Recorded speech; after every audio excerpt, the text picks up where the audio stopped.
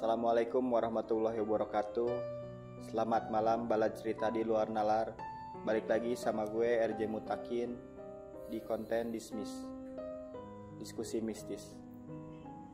Hari ini gue kedatangan narasumber.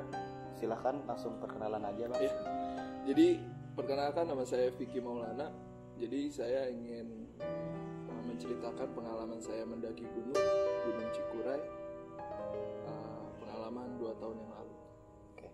Sebelum lanjut ke cerita, alangkah baiknya dukung terus channel kita dengan cara like, komen, dan subscribe.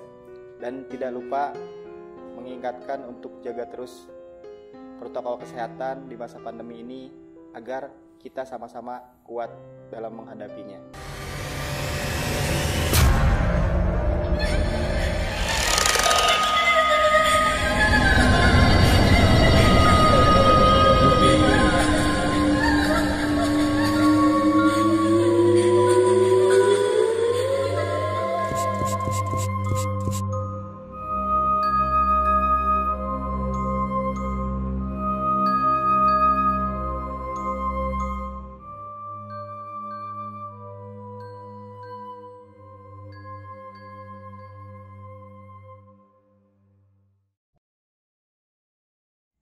Silahkan Bang Vicky lanjut ke cerita. Oke. Jadi awal pertama, jadi saya mendaki Cikuray itu 2 tahun yang lalu itu sekitar 8 orang. Ya. Jadi awal mulanya kita di sini juga udah prepare semua segala macam dengan prepare yang gimana semestinya pendaki gunung gitu. Nah, dari Cikarang sampai Garut itu kita perjalanan itu malam, Bang. Perjalanan malam sampai di Garut itu sekitar pagi. Kita berangkat menggunakan mobil kan.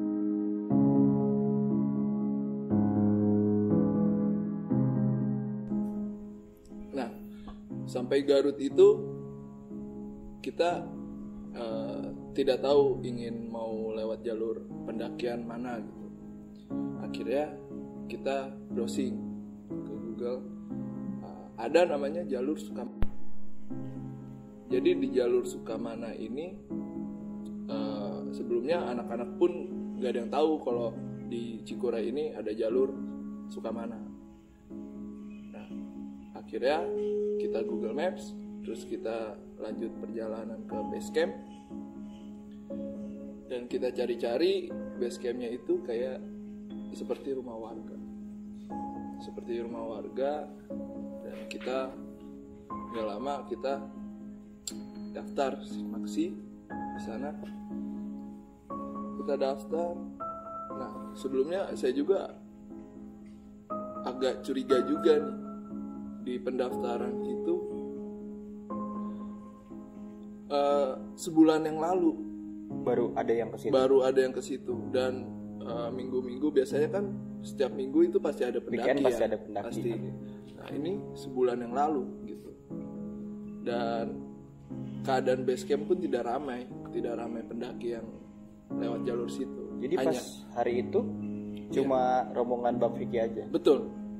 Hanya rombongan kita doang, itu 8 orang. Ya. Sebenarnya mau tidak mau ya. Akhirnya kita daftar. Nah, menurut info warga setempat dan dari info dari ranger juga di sana, kalau jalur itu tuh jalur cepat, Bang. Katanya dari base camp sampai ke puncak itu sekitar 7 sampai 8 jam. Nah, oke dong, dari anak-anak saya juga nanya ke anak-anak, pada setuju dan pada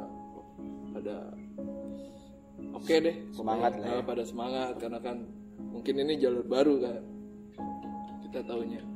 Nah, akhirnya kita prepare logistik segala macam, segala rupa kita persiapkan, kita naik, Bang. Di jam pukul pagi, jam 10 pagi. Iya, jam 10 pagi kita berangkat mendaki. Nah, dari awal sih tidak ada kejadian apa-apa, Bang, karena awal kita trek itu emang kita melewati perkebunan warga, dan di situ juga rame-rame petani juga, karena kita juga masih enjoy, kita jalan. Nah dari pendakian itu kita udah sampai di pos 1 Bang.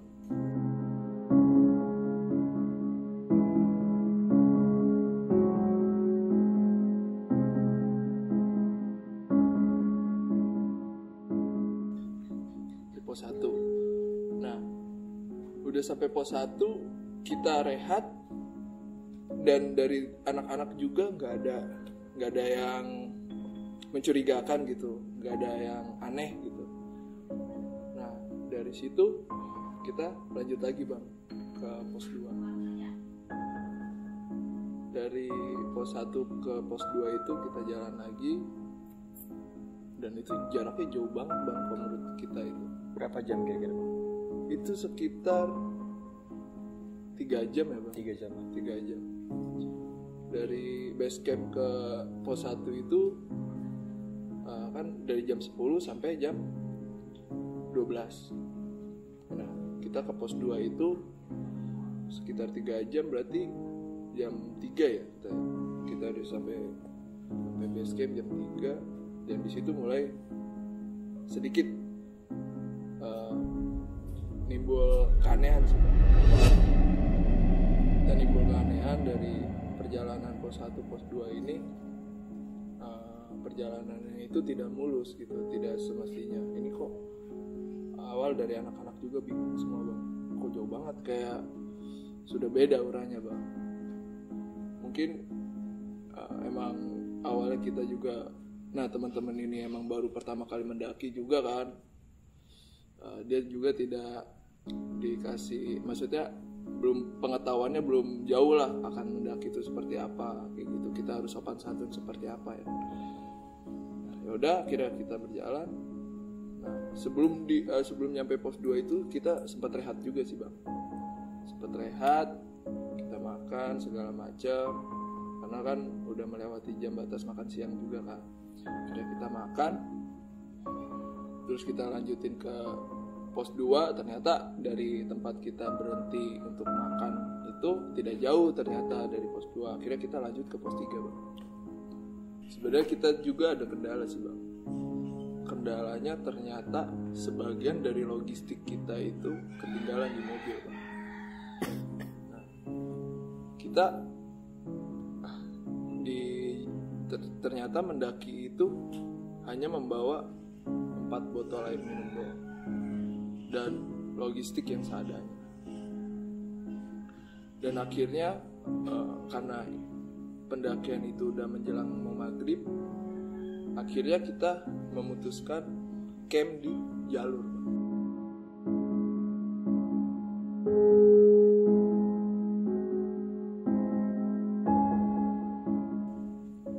Pendakian. Betul. Karena di trek itu tidak ada kayak dataran gitu Bang. Mau nggak mau, karena tidak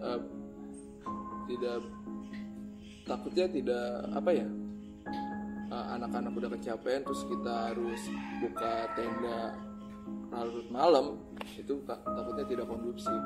Akhirnya kita ngecamp di jalur itu, karena kita juga tahu nggak ada nih pendaki yang lewat jalur ini gitu. Nah di situ kan kita tahu nih Bang, logistik untuk nanti malam nggak akan cukup gitu untuk makan kita. Akhirnya saya inisiatif sama teman saya namanya Aji, kita itu turun Bang, kita turun lagi ke perkebunan warga itu untuk mengambil sayur-sayuran lah di sana. Akhirnya kita turun, tidak ada apa-apa tuh Bang, aman aja, tidak ada kendala. Kita turun, pas kita sudah sampai di perkebunan warga. Nah pas saya mau ngambil sayuran Bang, di situ teman saya bilang, Fik, Kaget saya dicoel bang. Kenapa Ji? Tak dulu. Tadi gitu. Tak dulu. Ternyata pas saya ngadep belakang, dia itu sosok gede bang.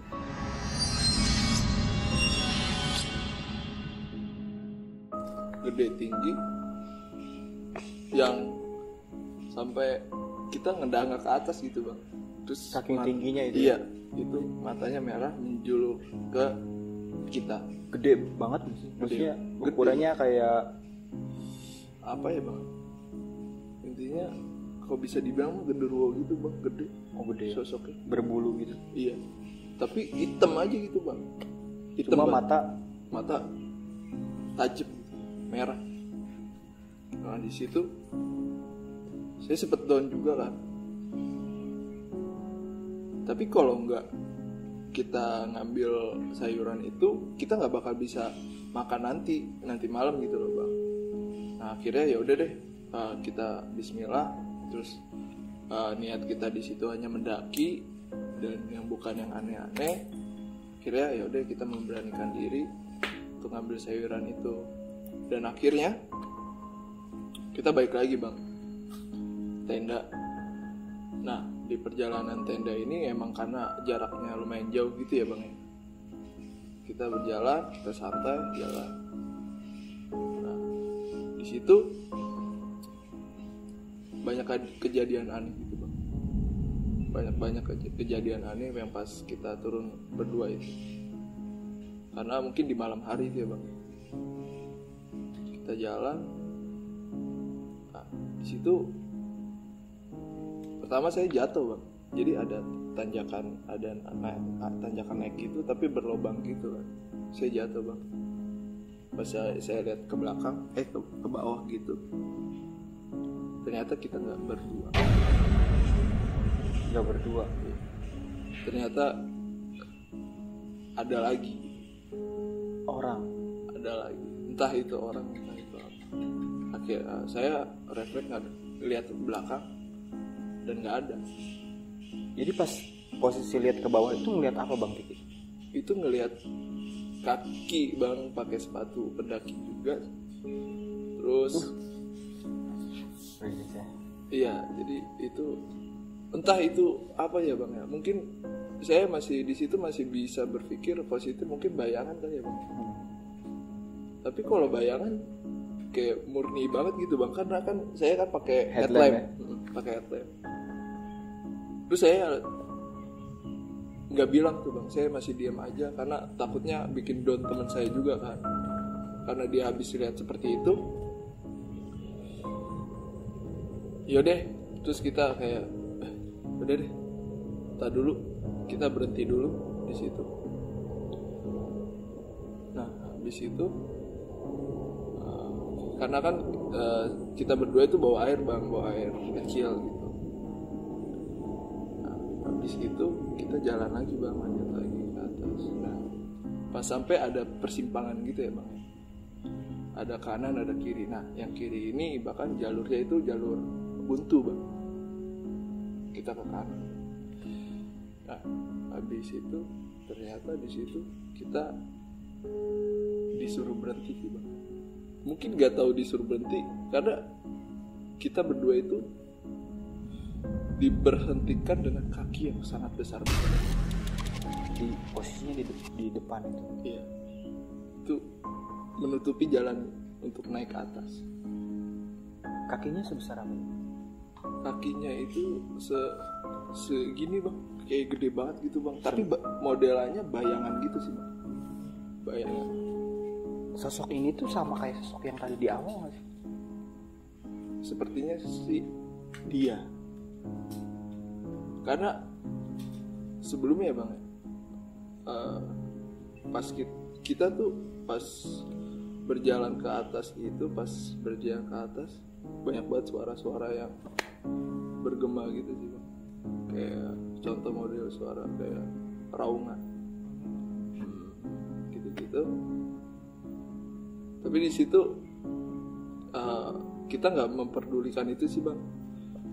Intinya kita sampai tenda aja deh. Nah, dengan sosok kaki itu kita berhenti berdua, terus kayak bilang, Ci, kita bisa gak sih Ji naik ke atas gitu. Karena kita berdua itu tahu itu, dan mungkin di pikiran saya itu saya nggak mau membicarakan kaki itu sih Bang. Padahal sama-sama tahu ya. Iya, padahal sama-sama tahu pas, tapi kita berdua kayak ya pik, Ji, kita bisa nggak sih ke atas? Gue juga nggak tahu pik bisa apa enggak. Terus akhirnya yaudah Ji, kita berdoa aja Ji, semoga kita bisa sampai tenda ke anak-anak. Akhirnya kita berdoa di situ. Terus kita coba lihat jalur yang ditutupin oleh kaki itu sih, ternyata hilang. Kakinya hilang. Iya, alhamdulillah. Kita lanjut lagi Bang. Nah, sampai di tenda kita ketemu anak-anak, dan ternyata anak-anak itu udah pada berpikirannya kita ini hilang Bang. Karena dari jam 7 kita turun ke bawah ngambil sayuran, itu sampai tenda itu jam 11 malam. Padahal pemikiran kita berjalan aja kayaknya nggak terlalu lama banget gitu Bang. Nggak sampai. Iya, Hampir 4 jam 5 jam kali ya. betul. Dan ternyata di situ teman saya sakit Bang. Yang si Aji atau yang di tenda itu? Bukan, ada salah satu teman saya namanya Joko. Itu dia sakit. Nah, pas saya ini ternyata dia itu mengalami hipo. Oh, hipotermia ya. Iya, hipotermia. Dan akhirnya kita langsung udah di backup juga sama teman-teman, di bajunya diganti segala macem. Nah, nggak lama kita masak-masak Bang. Kita masak sayur gitu. Nah, di situ timbul Bang suara yang sangat banyak sekali. Di sekeliling tenda itu. Betul. Sekeliling tenda itu banyak sekali suara-suara yang apa ya? Menurut kita itu menakutkan sekali gitu Bang.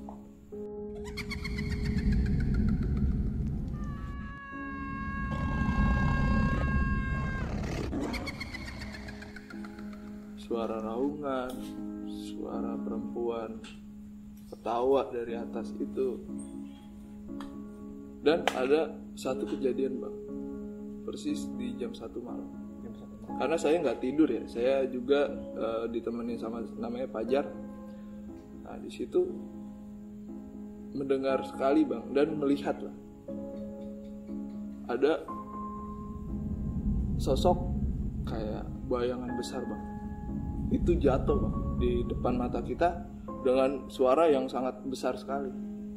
Tapi suara itu hanya terdengar hanya berdua aja.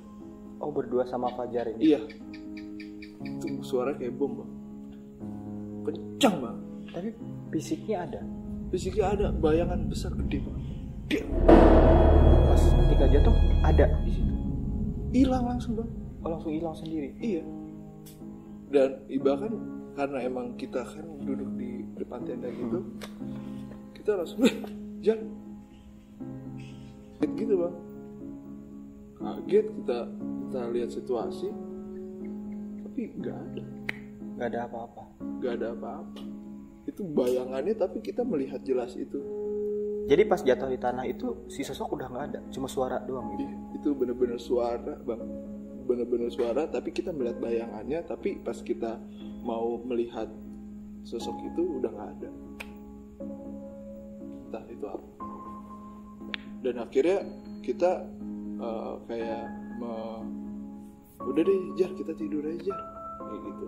Nah habis itu sekitar jam 4 itu ada suara-suara gamelan gitu.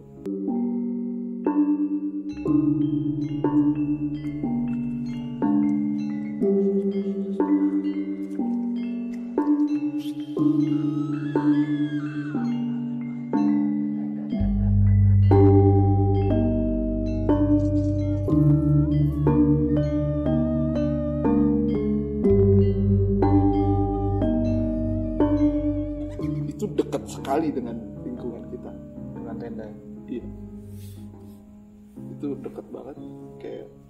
Nah di situ anak-anak terbangun semua bang. Oh, dengar semua itu. Dengar semua, tapi mereka tidak mau ngasih tahu hal itu, tidak mau ngasih tahu. Terus ada kayak suara yang bunyi, itu dekat banget. Itu kayak kita tuh seolah-olah kayak dikepung gitu bang. Tapi si tenda ini di luar-luar tuh memang dekat sama pohon-pohon atau? Iya, bener-bener kita jalur daki, ini jalur daki. Udah, ini pohon besar-besar, ya kan? Udah di sini tenda dua tenda itu. Dua tenda.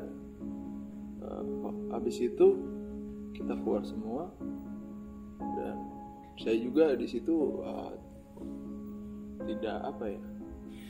Jadi sebagian anak-anak ingin mengejar summit bang, tapi saya tidak mau dong karena ada teman saya yang sakit gitu, yang hipo tadi, yang apa ya, bisa dibilang yang kesehatannya dia kurang gitu. Nah akhirnya sekitar 5 orang naik ke atas lanjutin pendakian. Entahlah, karena saya tidak tahu apa ceritanya pas di sana. Saya fokus ke teman saya dan kita bertiga bertiga itu stay di tenda. Nah, di situ saya nggak bisa tidur bang. Pas mereka pada summit, saya nggak bisa tidur karena banyak banget gangguan yang saya rasakan gitu. Apalagi suara-suara yang raungan itu yang terus bermunculan. Nah, udah seperti itu, saya keluar tenda dan saya lihat sekitar. Dan ada sosok yang gede tinggi itu muncul kembali gitu. Oh, yang tadi itu yang di bawah itu. Iya. Itu sekitar 3 makhluk lah bang. Segede gitu semua. Iya. Itu jadi ini misalnya tenda. Nah sosok itu berjejer bang, baris itu melihat ke arah tenda dengan menjulurkan lidah yang panjang bang. Itu sangat jelas sekali gitu. Tapi sosoknya itu bayangan besar, bayangan gede. Itu mata tajam berwarna merah, itu melihat ke arah kita, ke arah tenda gitu. Pas saya keluar itu, saya sempat gimana bang ya, mungkin saya hanya bisa diam aja dan di dalam hati bertanya-tanya, ada apa sih gitu. Nah nggak lama saya di situ baca doa segala macam. Itu sekitar 5 menit bang, dia menjaga berdiri aja gitu melihat. Nah di situ kembali lagi, terus hilang sekejap gitu bang. Fuck. Itu pas hilangnya itu ada suara angin dan segala macam suara gitu tuh. Itu hilang ke atas gitu bang, kayak terbang gitu ya. Iya, terbang. Dan sebenarnya emang mungkin di gunung itu banyak sekali seperti itu ya bang. Cuman saya pengalaman ini yang paling mistis dan paling diingat ya. Iya. Dan akhirnya saya masuk tenda. Di tenda itu mungkin teman saya gak sadar di situ, tapi tenda itu digerakin.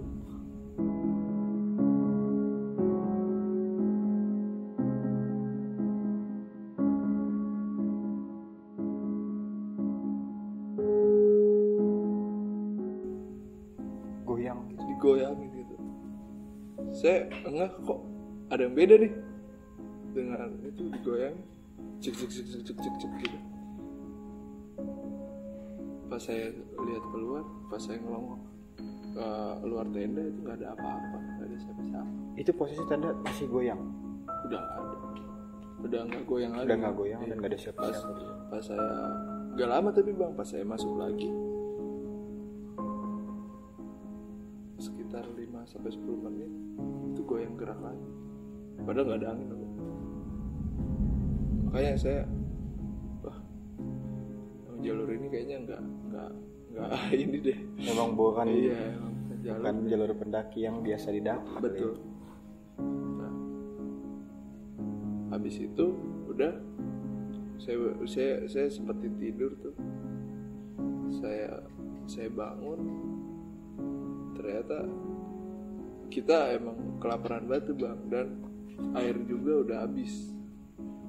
Nah, air juga udah habis. Nah, di jalur itu katanya hanya ada mata air itu di pos 4 bang. Nah, akhirnya kayaknya gini deh bang, di situasi di lingkungan ini kayaknya ada yang ingin berinteraksi deh.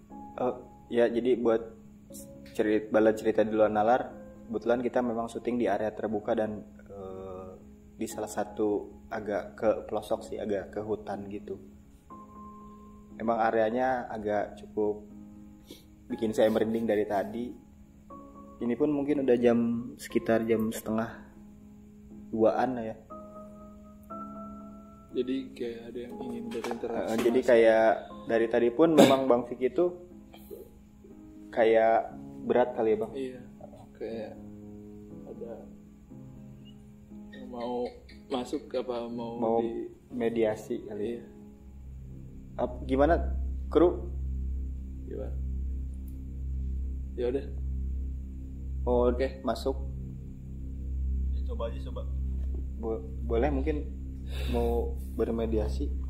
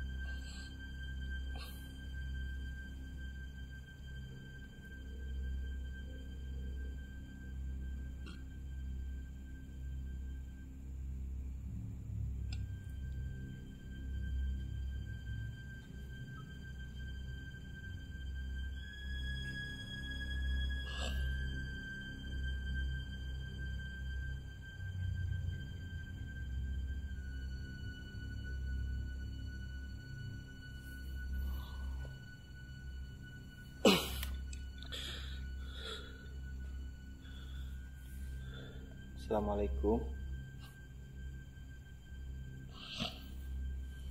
Waalaikumsalam. In.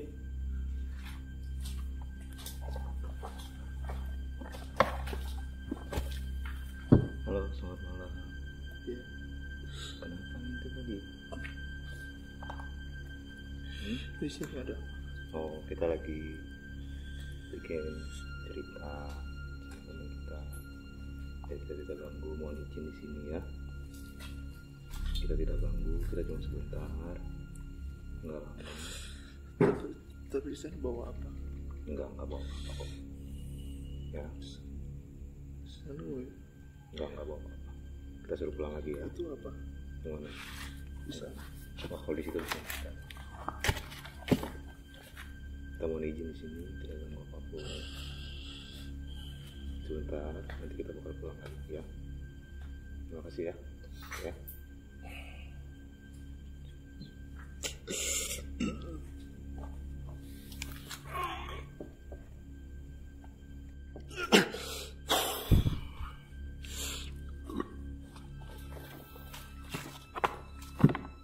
Ya, balik cerita di luar nalar. Untuk proses syuting hari ini mungkin kita akhiri saja di sini karena memang narasumber pun sudah tidak bisa untuk melanjutkan karena satu dan lain hal.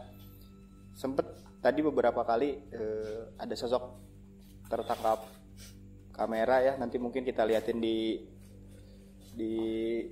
YouTube kita. Mungkin untuk Dismiss kali ini kita akhiri saja sampai di sini. Jangan lupa dukung terus channel kita dengan cara like, komen, dan subscribe. Jaga terus protokol kesehatan dan tetap kuat di masa pandemi ini. Wassalamualaikum warahmatullahi wabarakatuh.